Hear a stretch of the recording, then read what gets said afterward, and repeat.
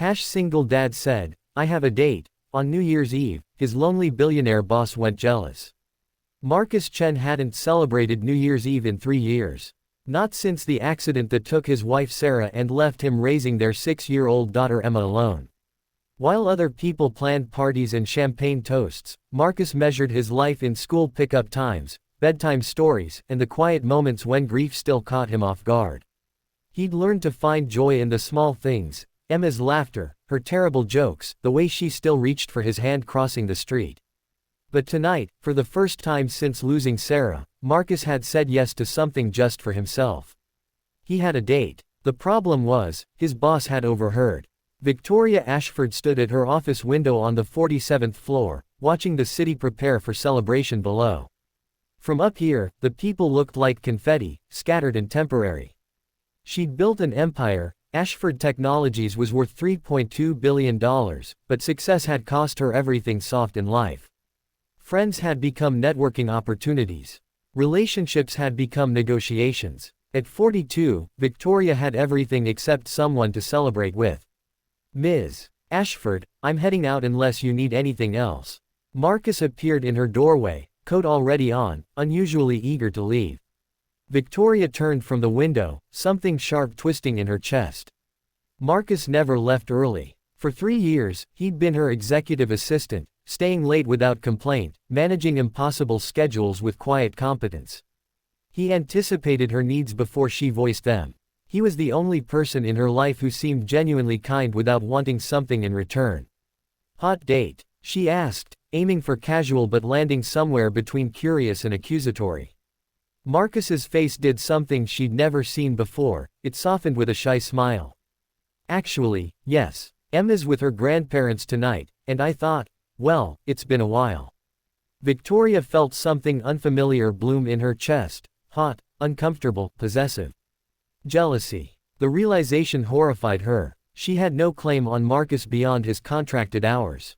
Yet the thought of him smiling at someone else, laughing over dinner, maybe kissing someone at midnight made her feel utterly alone in a way her empty penthouse never had. Well, her voice came out colder than intended. Don't be late Monday. The Henderson merger won't negotiate itself. She saw the light in his eyes dim slightly. He nodded professionally. Of course. Happy New Year, Ms. Ashford. After he left, Victoria sat in her leather chair surrounded by awards and accolades that suddenly felt meaningless. Through the glass walls of her office, she watched her employees stream out, laughing, making plans, living lives that included other people. When had she become so isolated? When had her corner office become a prison? Her phone sat silent on the desk. She could call her mother. No, her mother was at a charity gala in Paris. Her college roommate. They hadn't spoken in 8 years. Victoria Ashford, who commanded boardrooms and made executives tremble, couldn't think of a single person to call on New Year's Eve. She did something impulsive then. She grabbed her coat and left. The restaurant was Italian, warm and intimate, exactly the kind of place Victoria never went. Through the window, she spotted Marcus at a corner table. But he wasn't gazing adoringly at some mystery woman. He was sitting with Emma. Victoria watched, hidden in the evening crowd, as Marcus helped his daughter twirl spaghetti on her fork. Emma was wearing a sparkly dress and a paper crown, chattering animatedly while Marcus listened with complete attention. This was his date. This was what he'd been excited about, giving his daughter a special evening out. The jealousy in Victoria's chest transformed into something else entirely. Shame, maybe. Or recognition. She'd been so consumed by her own loneliness that she'd poisoned his happiness with her coldness. Marcus had experienced devastating loss, yet he still found ways to celebrate, to show up for his daughter, to choose joy. What was Victoria's excuse? She should have left. Instead, she found herself pushing through the restaurant door. Marcus looked up, surprise flickering across his face as Victoria approached their table. Ms. Ashford. Victoria faltered, suddenly aware of how insane this looked. I'm sorry to interrupt. I wanted to apologize for earlier. I was unnecessarily harsh. Emma stared at her with wide eyes. Are you Daddy's boss? The scary one. Emma. Marcus's face flushed. But Victoria laughed, actually laughed. Probably. I'm not very good at being nice. You could learn, Emma said with the brutal honesty of childhood. It's not that hard. You just think about how other people feel. Marcus looked mortified, but Victoria crouched beside the table, meeting Emma's eyes. You're right. I've forgotten how to do that.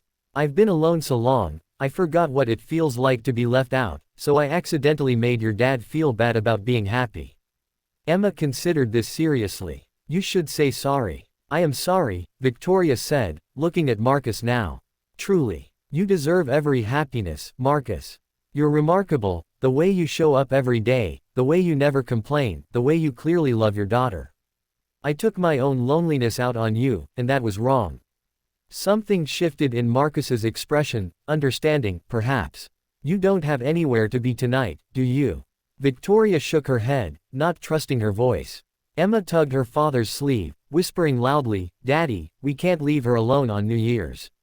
Emma, I'm sure Ms. Ashford has. Please, Victoria interrupted, surprised by her own vulnerability. If you don't mind the company, I'd love to stay. If not, I understand. Marcus studied her for a long moment, then pulled out a chair. We were just about to order dessert. That night, Victoria Ashford learned things money couldn't teach. She learned that Emma wanted to be a veterinarian who specializes in dragons. She learned that Marcus did silly voices for all the Disney characters during movie night. She learned that grief doesn't disqualify you from joy, sometimes it just makes you hold it more carefully. When midnight approached, they were walking through a park where the city had set up a family celebration. Emma sat on Marcus's shoulders, pointing out decorations. Victoria walked beside them, feeling part of something instead of apart from everything. As the countdown began, Emma grabbed both their hands. Make a wish. At midnight, fireworks bloomed across the sky. Emma cheered. Marcus smiled at Victoria, not as an employee, but as a friend. Thank you, Victoria whispered. For what? For reminding me what matters. For showing me that success isn't about what you acquire, it's about who you become. For letting me into your evening when I didn't deserve it. Monday morning, Victoria arrived at the office different. She learned her employees' names, really learned them, with details about their lives. She started leaving at reasonable hours. She still ran a billion-dollar company, but she ran it with humanity. And Marcus, he became her friend, not just her assistant. They had lunch together sometimes, Emma joining them with her homework. Victoria learned to be patient with imperfection, including her own. That jealousy she'd felt had been a gift, really, a wake-up call from a life unlived. Sometimes you need to feel profoundly lonely to remember that connection requires courage, vulnerability, and showing up for people as they are, not as you need them to be. Success, Victoria discovered, isn't measured in billions. It's measured in moments. A dinner shared. A hand held during fireworks, the quiet revolution of choosing kindness over isolation. She'd been a billionaire for years. But that New Year's Eve, watching a single dad celebrate with his daughter, she finally became rich.